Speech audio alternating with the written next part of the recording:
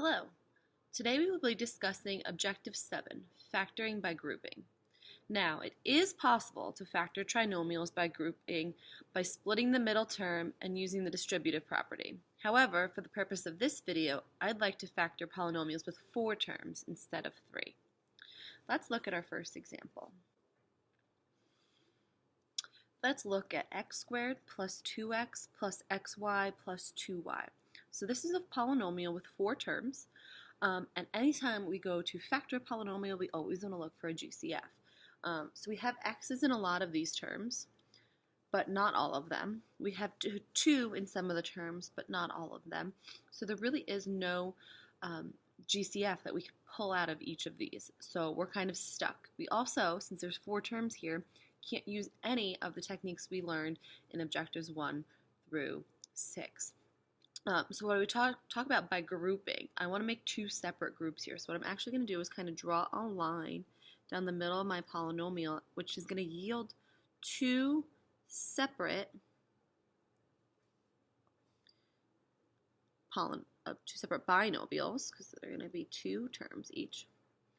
And now what I want to do is pull out a factor of each. So if we're looking here at x squared plus 2x, I'm going to get an x, since both are divisible by that, and I'm left with an x plus 2. When I'm looking here at xy plus 2y, it's clear that I can pull a y out of both of those, and I'm going to get an x plus 2. Now what's special here is something that we call our common factor with this x plus 2 and this x plus 2. Because those are the same, x plus 2 is the first factor of my polynomial here. And there are going to be 2 factors. And that second one, we kind of bridge the GCF of each and take the sum. So I'm going to do x plus y as my second factor. Now notice, I'm not going to make it x plus 2 squared. I'm not going to write it as x plus 2, x plus 2, x plus y, just because we see x plus 2 in both of these places. I don't want any of that. The reason that x plus 2 is even a factor is because we can pull it out and make it that common term, which means that the whole thing is divisible by x2 once, not that it's divisible by x plus 2 twice.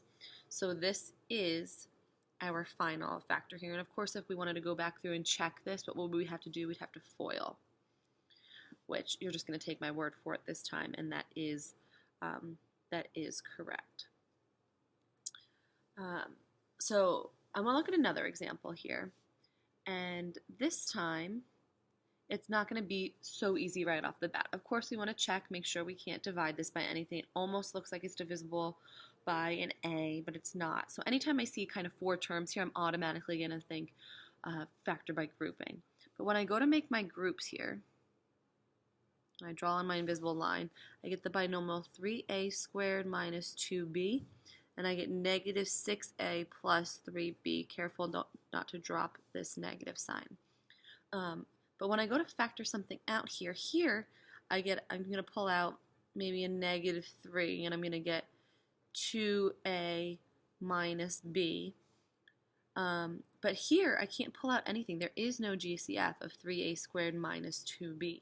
So this would not work. So we want to lean towards, oh, maybe this is prime. But actually, if I just do some magic here, and I take a relook at this, I can actually reorder these. We know that addition and subtraction are commutative. So maybe I'm going to break it up a different way. Maybe I'm going to take this 3a squared, my first term. So that's this one here. And then maybe I want to, it looks like, 6 and 3 might have a lot in common. So I'm also going to take this second term, this negative 6a. Which would leave me for my second binomial with negative 2b plus ab.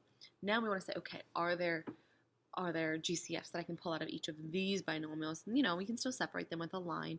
We just kind of change the original order of our original polynomial. So here I want to take out a 3 and an a, and I'm going to be left with an a minus 2. Over here, it really only looks like I can pull out a b, and I'm going to be left with negative 2 plus a. Now you might be thinking, okay, well I got an a minus 2 and a negative 2 plus a. I do not have what we call that common factor. However, negative 2 plus a is the same thing as a minus 2, so just rewriting it in a different order will give us that common factor we're looking for, which means that a minus 2 is going to be one of our factors, and then we can bridge the GCF of each of the binomials out here with a 3a plus b, and we would be golden. Especially when you start reordering stuff like this, it's not a bad idea to quickly go through and FOIL just to make sure that you get the polynomial that you started with. So again, you really want to look towards factoring with grouping anytime you have 4 or more terms. And then you just want to give it a check at the end as well to make sure that you can't pull out any GCFs even after this point, which can be done at the beginning or the end like you'll see in your practice problems. Now, not every trinomial is factorable and not every 4-term polynomial is factorable. So every now and then you will get a prime one, but you want to try reordering some of your terms in different groupings before you jump to the conclusion of being prime. Okay, so here's 2 solid examples. Why don't you go ahead and try some of the practice problems on the Objective 7 worksheet, and then when you're feeling confident, you can go ahead and try that quiz. Good luck to you.